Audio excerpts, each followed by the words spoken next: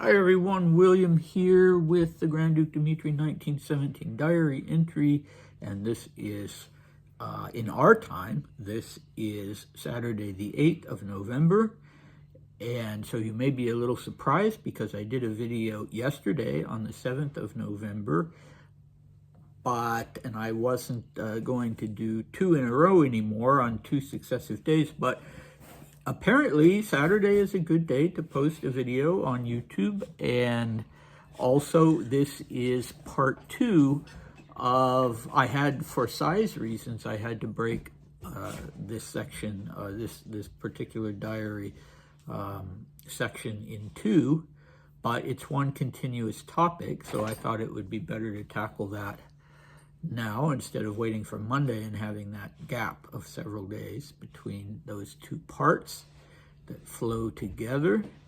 So we're doing a long diary entry of the 11th of October, which was a Wednesday. The events that Dmitri is describing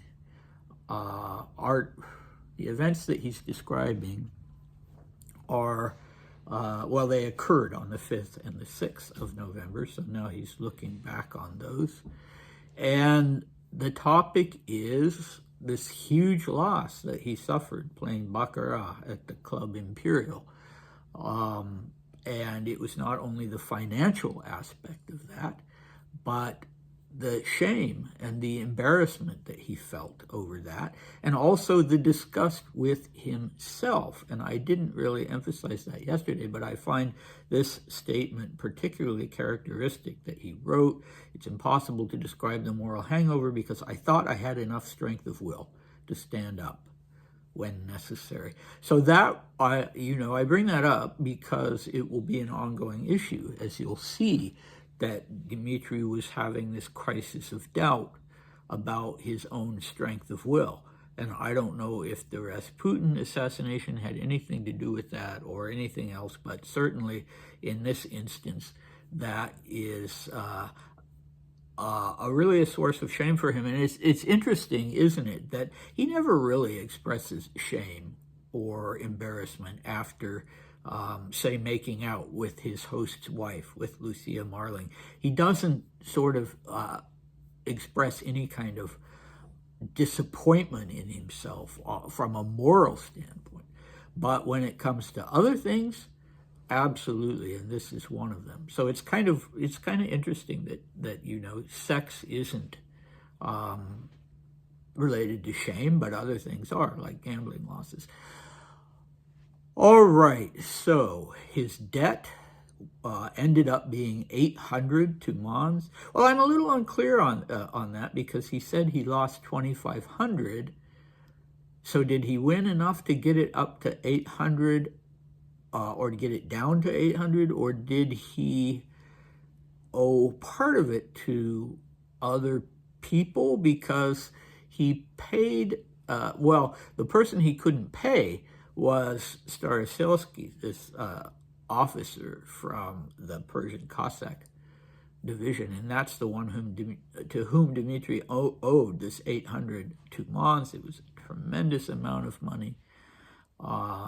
Anyway, here we go. But one thing was clear to me, that I couldn't pay him, Staroselsky, the next day. I didn't want to get money from Russia, and therefore I decided to do the one thing poor Laming had so raved against, i.e. to take out a bank loan for 2,000 tumans, probably at 12% per annum, with payment in full at the end of 1 year. I asked Yevrenov to arrange it. He does it himself and doesn't change his Russian money at the current rate. It would simply be insane to do that just now because 25 tumans are worth slightly more than 500 rubles.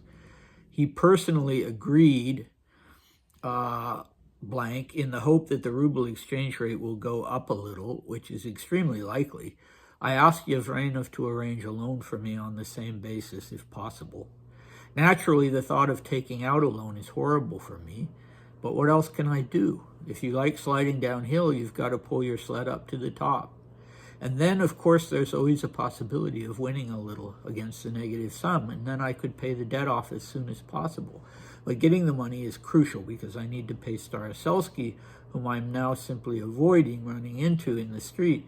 I'm so ashamed that he's unhappy with me, exclamation point. But how rightly it was said in the book, The Road to Success. There, the atmosphere that surrounds gaming tables is described so characteristically and clearly. Now I've noticed that it acts with terrible strength on the nerves. I was completely prostrated for about 4 days. I no longer understand how I was able to bear it for months on end in Petrograd, exclamation point. I must have been exhausted all the time. But, of course, I do not want to return again to that life of high-stakes gambling. My financial state wouldn't allow it anyway. But I must try to win back some of my losses.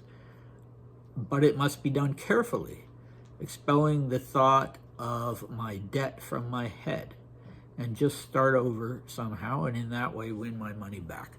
Okay, well, that's dangerous, isn't it? But here we go. So Yevrenov, we've mentioned him before. Dmitri kind of has an eye on Madame Yevrenova, and I gather, I think I probably said before, just on the basis of the likelihood that Yevrenov worked for the Russian legation, but I guess he's a banker. I guess he's working at the Imperial Bank of Persia, which we'll have occasion to talk about more, that interesting bank. So Dmitri goes to him for help and to get a loan, and he says that Laming has warned him, has raved in the past about do not ever get a bank loan. You would think that getting a bank loan would be a better idea than, going to a loan shark, for instance, but Laming had said no bank loans. And Dmitri says he doesn't want to have the money sent from Russia. I mean, he still had, money in the bank in Russia and property, and but he doesn't want to do that. One, because of the exchange rate, but I would say probably the larger reason is embarrassment. He'd rather go ahead and take this loan at 12% interest. He probably didn't see that as very high risk, because I think he's thinking, yes, I am going to be going back to Russia. I may not have my yearly appanage income anymore that every Grand Duke received, but I'll still have my capital. So anyway, I think it's probably more embarrassment than anything else. Clearly he had a gambling problem that Laming knew about, and Laming had pled with him not to go into debt. So it would be quite embarrassing if he had to ask Laming to send money. All right. He makes this statement of responsibility, which is interesting. If you like sliding downhill, you've got to pull your sled up to the top.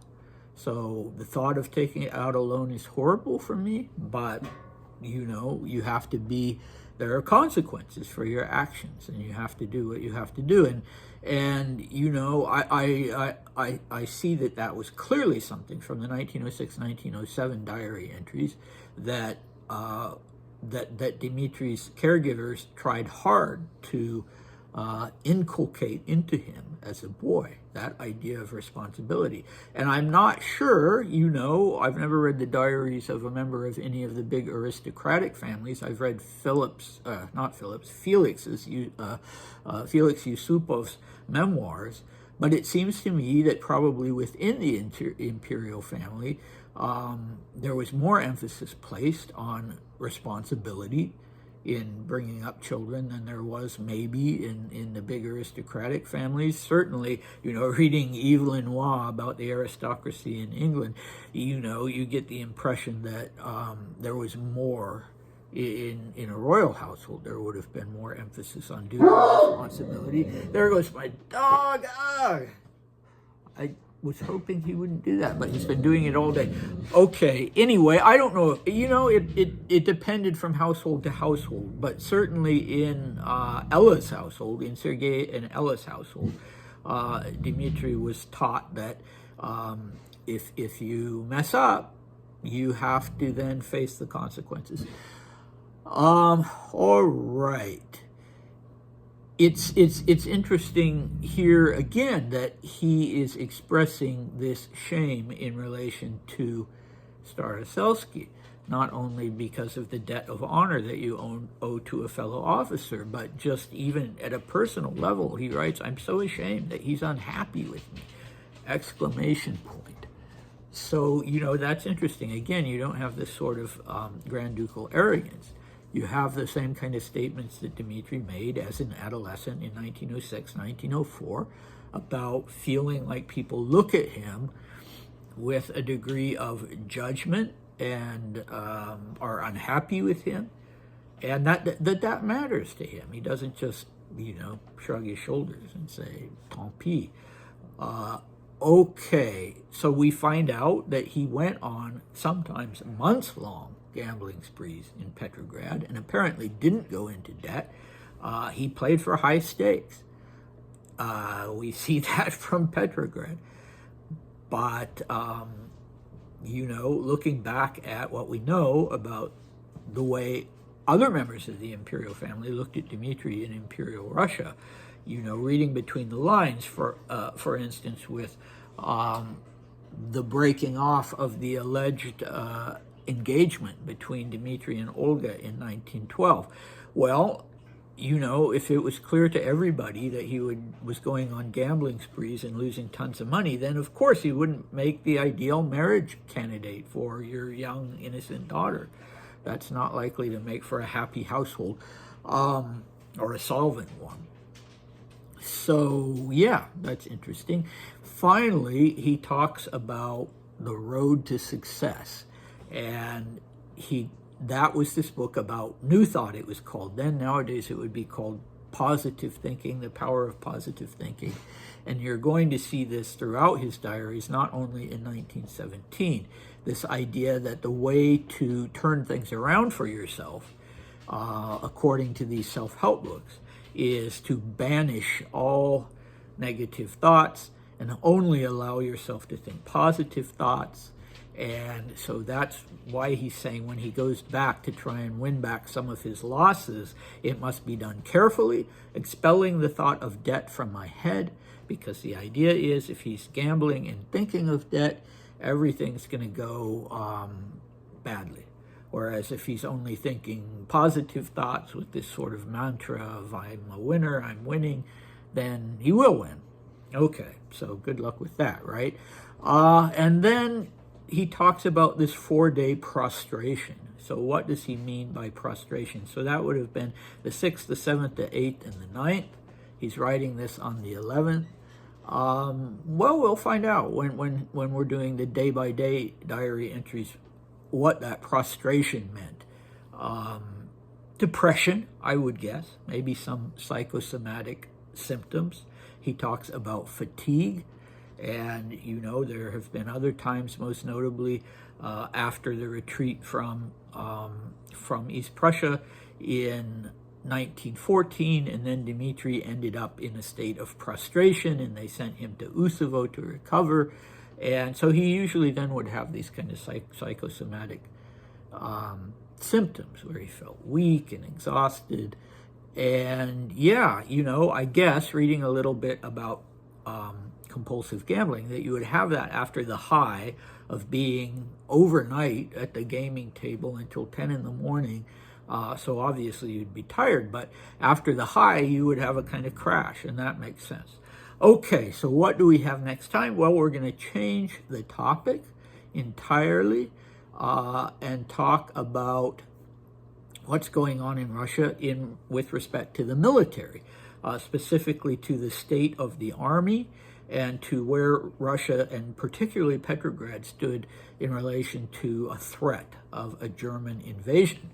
All right, so a real change of gears, and that I plan to do on Monday. As I said, this is a Saturday, so skipping one day, and I hope you'll come back for it. Very interesting stuff. It's always fascinating when Dmitri provides us with his views on what's going on with Russia, and we can judge the kind of information he's getting. So I hope to see you then. Bye.